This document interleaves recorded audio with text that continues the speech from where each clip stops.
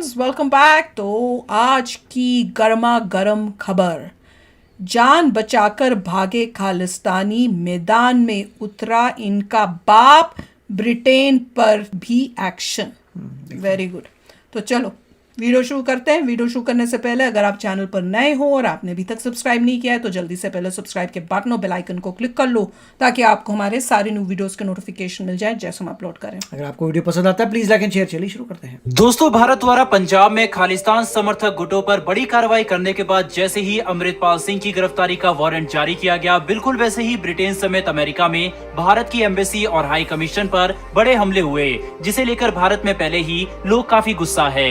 वहीं पर दूसरी तरफ काफी समय बीत जाने के बावजूद पंजाब पुलिस खालिस्तानी अमृतपाल सिंह को गिरफ्तार करने में असमर्थ रही, जिसे देखते हुए भारत में नेशनल सिक्योरिटी का एक बड़ा मुद्दा खड़ा हो गया है। क्योंकि अगर अमृतपाल सिंह जल्द ही पकड़कर जेल नहीं भेजा गया तो ये हमारी सुरक्षा एजेंसियों के लिए एक बड़ा खतरा बन सकता है, जिसे देखते हुए अब भारत ने खालिस्तान के नेटवर्क पर बड़ी स्ट्राइक करने के लिए अपना ब्रह्मास्त्र इस्तेमाल करना शुरू कर दिया है, जिसके तहत अमृतपाल सिंह और दूसरे खालिस्तान समर्थक गुटों पर बड़ी कार्रवाई करने के लिए इसमें सीधे भारत के राष्ट्रीय सुरक्षा सलाहकार श्री अजीत डोवाल की एंट्री हो चुकी है, जिनके नाम से ही कई लोग थर थर कांपने लगे हैं। क्योंकि ये बात तो खुद पाकिस्तान भी जानता है कि जिस मिशन का कमान सीधे अजीत डोवाल संभाल रहे हैं उसको सफल होना 100% तय होता है, जिस वजह से अब ये बात साफ हो चुकी है कि भारत खालिस्तान के नेटवर्क पर कोई बड़ी कार्रवाई करने वाला है। दरअसल दोस्तों, पंजाब और दूसरे देशों में राष्ट्रीय सुरक्षा की स्थिति को ध्यान में रखते हुए संसद में एक बड़ी और सीक्रेट मीटिंग की गई। बताया जा रहा है कि इस मीटिंग में भारत के एनएसए अजीत डोवाल ने प्रधानमंत्री नरेंद्र मोदी से मुलाकात की। वहीं इसी मीटिंग में हमारे गृह मंत्री अमित शाह समेत बीजेपी चीफ जेपी नड्डा भी मौजूद थे, ताकि अमृतपाल सिंह और खालिस्तान के नेटवर्क को खत्म करने के लिए एक मास्टर प्लान तैयार किया जा सके, जिस पर भारत की सुरक्षा एजेंसियां काफी समय से काम कर रही है। और अब इसकी अध्यक्षता सीधे एनएसए अजीत डोवाल के हाथ में आने से इसकी गंभीरता का पता लगाया जा सकता है, क्योंकि अमृतपाल सिंह पिछले काफी समय से भाग रहा है और अगर इसे जल्द ही नहीं पकड़ा गया तो ये अंतर्राष्ट्रीय स्तर पर हमारी सुरक्षा एजेंसियों की क्षमता पर सवाल खड़े कर सकता है। वहीं पर आखिरी बार अमृतपाल सिंह को जालंधर से 50 किलोमीटर दूर एक सीसीटीवी कैमरे के फुटेज में बाइक पर बैठकर भागते देखा गया था, जिसके बाद से अभी भी पंजाब पुलिस और दूसरी एजेंसियां अमृतपाल सिंह को ट्रैक करने में जुटी हुई है। हालांकि अमृतपाल सिंह की गिरफ्तारी को लेकर अंतर्राष्ट्रीय स्तर पर जितना बवाल हो रहा है, भारत उन सब पर काफी कड़ी नजर बनाए हुए है। क्योंकि जिस तरह से खालिस्तानी उग्रवादियों ने लंदन में भारत की हाई कमीशन और अमेरिका के सैन्य फ्रांसिस्को में मौजूद भारतीय काउंसलेट पर हमला किया और भारत के तिरंगे का अपमान किया, इसे भारत बिना सजा दिए जाने नहीं दे सकता। क्योंकि अगर हमने एक बार इतने बड़े अपराध को जाने दिया तो ये एक राष्ट्र के तौर पर हमारी कमजोरी को दर्शाएगा।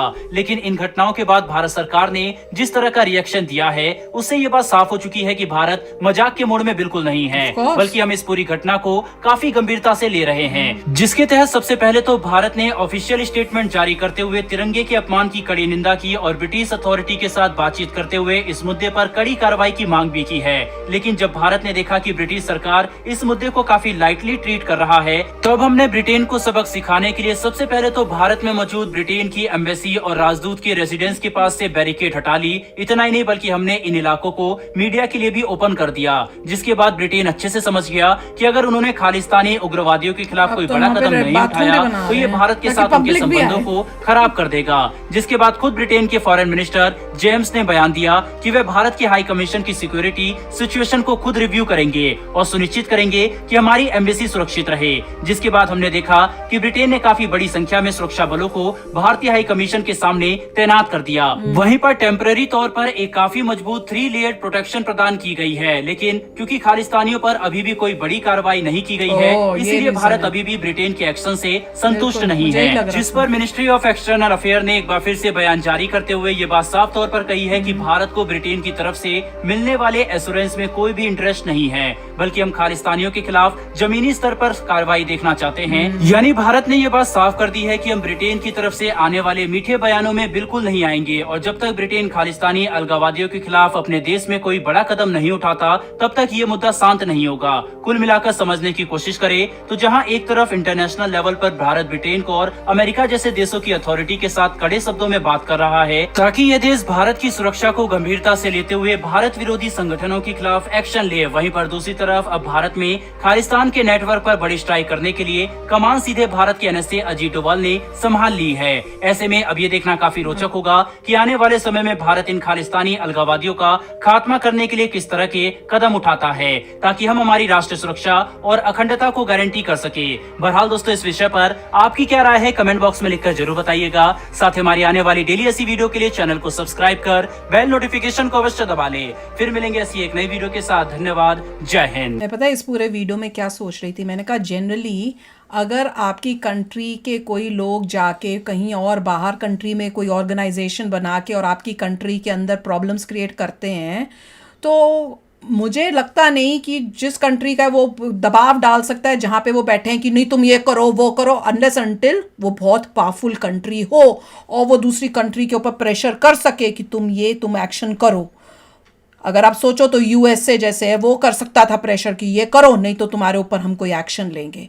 अब वो सिचुएशन इंडिया के पास है, वो मतलब ताकत अब हमारे पास है कि अब हम कर रहे हैं वो कि प्रेशर कर रहे हैं ये करो नहीं तो हम भी रिजल्ट तुमको बताएंगे, क्योंकि काम ठीक नहीं हो रहा। अब तुम्हारी वहां पे वो फल फूल रहे हैं तो तुमको उसको करना पड़ेगा, कोई एक्शन करो या जो भी तुमको करना है वो करो। पर वो अगर नहीं कर रहे हैं तो अब इंडिया उनके ऊपर प्रेशर कर पा रहा है क्योंकि हम इतने पावरफुल उतना हो चुके हैं। ये लाइफ में यही है कि एक जमाने में जो है आप किसी को प्रेशराइज नहीं कर सकते थे। हाँ। इंडिया के ऊपर दूसरे लोग प्रेशराइज करते थे। अब इंडिया इतना पावरफुल हो गया कि इंडिया प्रेशराइज कर सकता है, यूके से ट्रेड खत्म कर सकता है, बहुत सारी चीजें खत्म कर सकता है। बोलने के लिए अगर इंडिया को लगा कि इंडिया ने जो जो कहा है उसकी एडवाइजरी नहीं मानी जा रही और आप नहीं कर रहे, जो भी एंटी इंडिया एलिमेंट्स हैं या जो भी दंगा फसाद कर रहे हैं उनको नहीं पकड़ा। देखिए एक डेमोक्रेसीज है, इसमें तो कोई शक की बात नहीं है, पीसफुल प्रोटेस्ट का राइट सब लोगों को है। तो अगर पीसफुली कोई आके वहाँ जाता है, नारे लगाता है, उसमें आप कुछ नहीं कर सकते। मगर जो उन्होंने वैंडलिज्म किया था उसके अगेंस्ट उनको पकड़ना था। तो इंडिया तो ये बोलेगा देखो जिसने वैंडलिज्म किया है तुमने क्या उसको पकड़ा, या इंडिया के और हो भी सकता है गवर्नमेंट के साथ और भी कोई इन्फॉर्मेशन आई हो जो हमें नहीं पता है, जो हमें नहीं पता, जो उन्होंने देखा हो कि देखो ये तुम कार्य कर सकते थे, तुमने इन लोगों को छोड़ दिया। तो मेरे ख्याल से कुछ ऐसा पीछे बैकग्राउंड में जो हमें नहीं पता जिसकी वजह से इतने सीरियस स्टेप्स लिए जा रहे हैं। गवर्नमेंट को कुछ पता चला है कि यूके कार्रवाई कर सकता था, उसने नहीं की, उसके रिस्पॉन्स में ये सब हो रहा है। और ये प्रोटेक्शन वाली बात नहीं, क्योंकि उसके बाद तो लेयर कर दी थी, वो तो पीछे कर दिया था। और पता है ये कोई और बात है। मुझे एक और बात अभी स्ट्राइक हुई है कि वो कह रहे हैं ना कि कोई पाकिस्तान ओरिजिन का जो एमपी कहीं वहां पे है, वो हो सकता है उसका कोई बहुत बड़ा एक हमारे पास सबूत आ गया हो कि उसने इसमें कोई हैंड किया है, उसका कुछ है और ये बताया भी गया होगा इनको और इन्होंने कोई एक्शन नहीं लिया होगा। वो भी एक वजह हो सकती है, मुझे लग रहा है। शायद लग रहा है कि डेफिनेटली मुझे लग रहा है कि कुछ इंटेल होगी रॉ के पास, रॉ ने बताया होगा और नहीं हो कि ये चीजें आप कर सकते थे, आपने गुड फेथ में नहीं की है। बिल्कुल। उसके रिस्पांस में आपके हाई कमीशन से सिक्योरिटी खत्म हो गई, पब्लिक टॉयलेट्स आ रहे हैं, क्योंकि ये टॉयलेट जो चीज हुई है ना वो मुझे बड़ी अजीब लगी है। ये टॉयलेट का काम मैंने कभी नहीं सुना और ना मैं सोच सकती थी कि इंडिया में ऐसे कोई हम वो तो उन्होंने इसलिए बोला है कि अगर तुम सोच रहे हो कि कुछ रोड पे नहीं आता तो लोग भी ले आते हैं। बिल्कुल बिल्कुल। पर वो किस वजह से सिक्योरिटी प्रॉब्लम है, वो इसीलिए किया क्योंकि कुछ ऐसा हुआ होगा और यूके ने मेरे ख्याल से कुछ नहीं किया होगा। बिल्कुल।